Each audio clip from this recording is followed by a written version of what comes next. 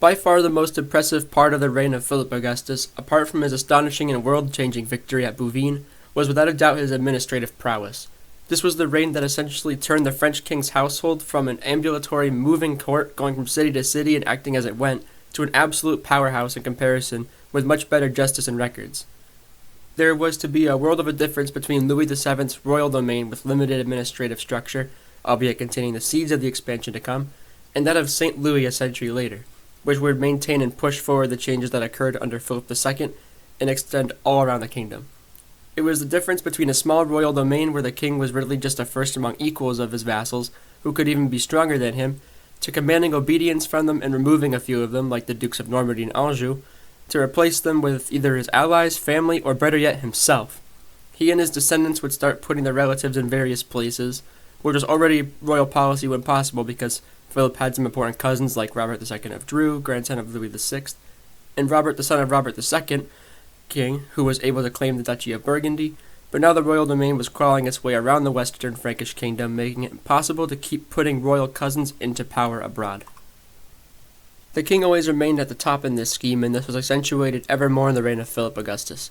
There was never a time that anyone had before ever thought about deposing the king, even though he was only the first among equals, because he had a sort of bishop-like mystique, being anointed up on his head, his shoulders, his hands, by the Bishop of France, by the holy oil. Of course, he couldn't confect the body and blood of Christ in the Eucharist, nor could he hear confession, but he was united in a special way with God, and was able even to cure scrofula with touch and prayer. Philip I was, of course, not worthy to have this ability because of his twisted marriage issues, including adultery and incest, and blatant simony, but other kings like our Philip Augustus here, even up until the 19th century, even in the 1800s after the Bourbon Restoration, they were still claiming that they could cure scrofula. So, whether this kind of thing really happened or not, the king was always still at the top, even when he was at his weakest, typically in the reigns of Henry I and Philip I to some degree. In a certain sense, the King of France was really the emperor of the West Frankish kingdom. This might sound strange to someone more accustomed to seeing the word empire refer to something like the British Empire, a global hegemon sucking all the resources from other places or developing them as they saw fit, but that's not what empire meant in antiquity or in the Middle Ages at all. While the French king was not the carrier of the position of emperor, that was for the emperor in Germany obviously, his rule in his kingdom effectively was that of an emperor. In both cases the king was at the top, and this became more prominent over time in the early 12th century. The abbot of Saint-Denis, Suger, was one of the first to actually outline a hierarchy of power, putting the king on top, with dukes, counts, lords below in that order. The reality on the ground was much more muddled, of course, but the important part here is the king was put atop his barons. It isn't surprising that this was done by the abbot of Saint-Denis, because Saint-Denis was itself the actual metaphysical heart and identity of France. When the revolutionaries decided to invade it and desecrate it and throw all the remains of the kings into a pit, they kind of ended the France that was before, and now France is something completely different. The king was to do homage to the abbot for the Vexin northwest of Paris, except for the fact that the king wasn't actually able to do homage because he was a king. So it was sort of theoretical and not actually put into practice, but it was in the minds of the abbot, the monks, the king, that this was the reality. A lot about vassalage changed during Philip's reign. First, it was starting to be recorded more often. Philip now had a permanent place of archives in Paris, which we'll talk about why later. So some lists were recorded there of dukes, counts, barons, castellans, and administrales. This doubled as not only a record to see what the king had at his disposal in France, but also as evidence of a further solidification of societal stratification, which before had been more fluid but was starting to set in that particular order. Not everyone obviously was recorded in these lists, since that would be a monumental task for the time. Even between barons, homages were usually just alliances with equal dignity on both sides, with recordings now as proof. Not always, but sometimes. Usually they were verbal, but now they could also be written, and there was something called a serograph, where one document would be made, and then they would split the document in half, and each side would take it to their own archives to keep. And this is when we have information, say, like, I believe it was when When the king took some places in the royal domain in the early 12th century, he was able to take their archives and see all of the information and alliances that were made with other lords. To make matters simpler, there was an overall attempt to flatten the hierarchy of rank in the kingdom, not in a revolutionary sense, but more so to make there be easier access to one's own lord. First of all, there was something called liege homage, which by the 11th century probably had already started, maybe by the 10th century, because there were a lot of vassals who would do homage to multiple people, and homages were also just alliances. They also had trust and protection, but a lot of times they would just be between counts, just to be an alliance. That was what homage was. But when you have too many people as your that you've done homage to, there's no one you really owe allegiance to. And that's where liege homage comes in, where, say, the Count of Flanders should have as his liege man the King of France. However, we're talking about a little bit further down the sort of chain, or the theoretical pyramid towards the base. Because obviously there was the king, then there were dukes and counts, which were sometimes equal, sometimes not. Then there were counts, castellans, and underneath the castellans, maybe there were castellans and lords. They would have a system called peerage, which is when, say, a lord dies, and then that lord had done homage to a different lord, or say a castellan. Say the lord did homage to a castellan. Then he dies. Now he has two sons.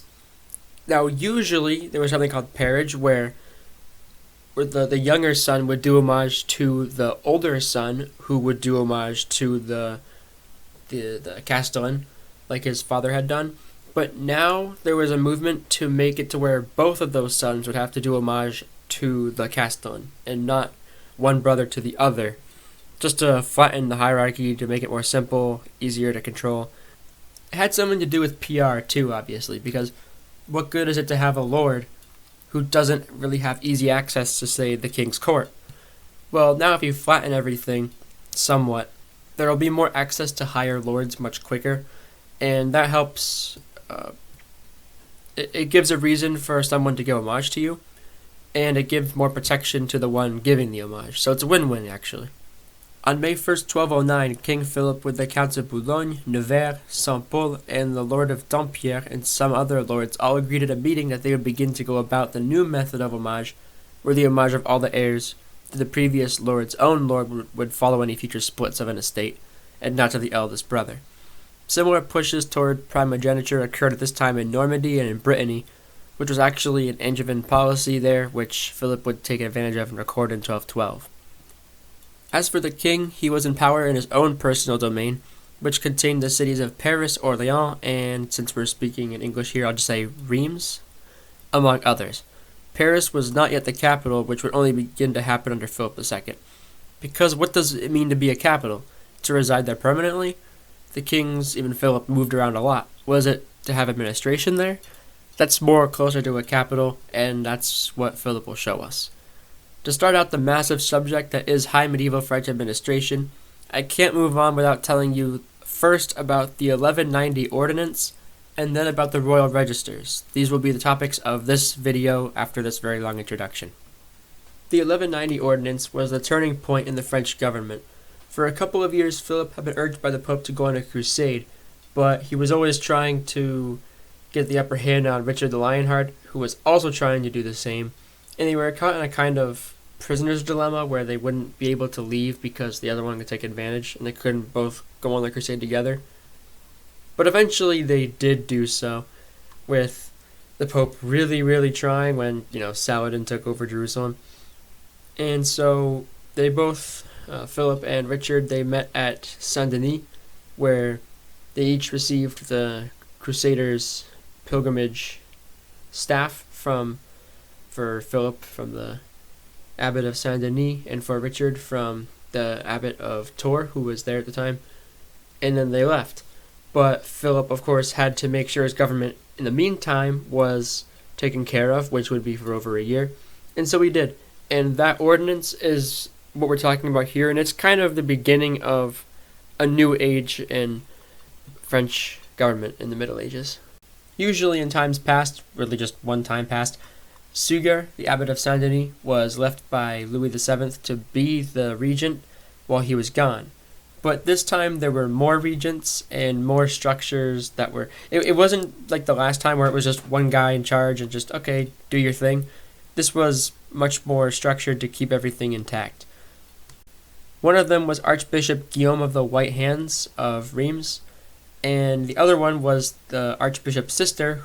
Every 4 months, the bailiffs, which I'll talk about, were to bring any reports of abuses or complaints to these two to have them give judgment. The bailiffs themselves were a part of what we could call the third wave of medieval feudalism in Western Europe. You can imagine how for the first there were counts, dukes, and that sort. And then in the second wave there were the Missi Dominici of Charlemagne, which were pretty prominent for a time but then fell out of usage in the 9th century. Now we have provosts and bailiffs. I'll talk a lot more about the bailiffs in the next episode, but for now I'll just say that they were, at this point, and only at this point, and going forward, in charge of the provosts and supervising them, that when Philip left, they were to have 4 chosen men to assist them and to keep track of them so that they wouldn't abuse their power while the king was absent. Their usage began sometime in the middle of the 12th century probably, but we don't know exactly when. They were, at first, ambulatory, and their job was to give judgments, but over time that became more localized into certain bailiwicks. I'll talk about all this later, though. This is kind of getting ahead of ourselves. We're talking about the ordinance here. An important thing to note, though, is that each of those meetings that they would have with the regents would be held at Paris, which can be seen as a partial beginning of its status as a capital.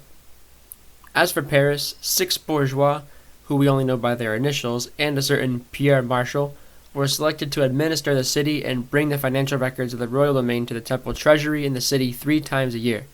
This would continue after Philip's return and be the fiscal accounting bureau of the French king, holding more financial documents than before and being essentially the financial hub of the king's administration. This was actually a little bit late since Philip of Flanders had already created a financial bureau in about 1187. These bourgeois were also in charge, for example, of other things like when Philip left, he had ordered them to work on the city walls to finish them on the right bank, and so they did. The meetings of the Curia Regis, or the court of the king, during the regency from 1190 to 1191 were also held at Paris, but after that they would become itinerary again. Also, when Philip returned to France, he decided to keep some of the things that had been there in his absence, like the monthly assizes that bailiffs would have to hear the complaints of the provosts, which they would give to the regents every 3 times a year. Like I promised, we'll talk about the royal registers now. The registers are the first really permanent collection of royal charters, which had before always been with the king as he traveled around the kingdom, at least most of them. But, of course, Philip was at it with Richard the Lionheart in 1194 after the Crusade. He was pursuing him in the southeastern royal domain towards Richard's lands near Fredival, where he was routed and forced to flee, and he lost his entire archive storage. He lost his treasures, he lost a lot of things, but most importantly he lost his documents, which could reveal a lot of things like his alliances, homages, gifts, and charters, records. So it was certainly high time to make something more permanent and something more stable, which he did at Paris. Here comes the technical information on the registers, which is sort of tedious, but here we go. They were really the first movement towards a permanent documentation kept at the royal court in Paris. We still have plenty of them today, but a lot of them were lost in a fire in the early 1700s. There were already documents in Paris before Fredival, but the registers, as we call them, started in 1204, as far as we're aware. The first was Register A, written down between May of 1204 and February of 1205. Over time, more was added to it by at least 5 different scribes until August of 1212. Since February of that year, some scribes have been working on a new register to organize everything in Register A into 10 distinct categories and add more into each, which they finally finished adding to in 1220, because that next register had also become too unwieldy. By September 1220, Brother Guérin, the Bishop of Senlis, who had been a chief administrator in Philip's administration, saw the confusion of Register C and had his clerk Etienne de Gallardon to work on another register called Register E. Everything from Register C was copied down, but this time into 18 categories, and this register would be used until 1247 when St. Louis would have another one made called Register F. But we're not talking about Register F today, just A, C, and E. Like many administrative advancements at the time, the Normans were the shining example that the French followed or imitated in their own way. I'll probably dedicate a whole video just to the Norman influence on the construction of the French administration, but it suffices to say here that the Normans had an exchequer for a while which had pipe rolls produced and recorded. This may be because Normandy had been the most developed part of Western Francia for a long time, being the center of power of the Merovingian Franks after they conquered the rest of Gaul, where it was previously known as Neustria, as those of you who have studied early Frankish history should know.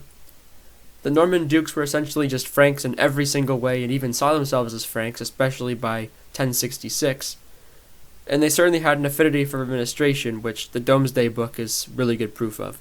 This tradition had some kind of precedent in England as well, but Normandy was never excluded. The Exchequer of Caen concerned itself with both fiscal and judicial affairs.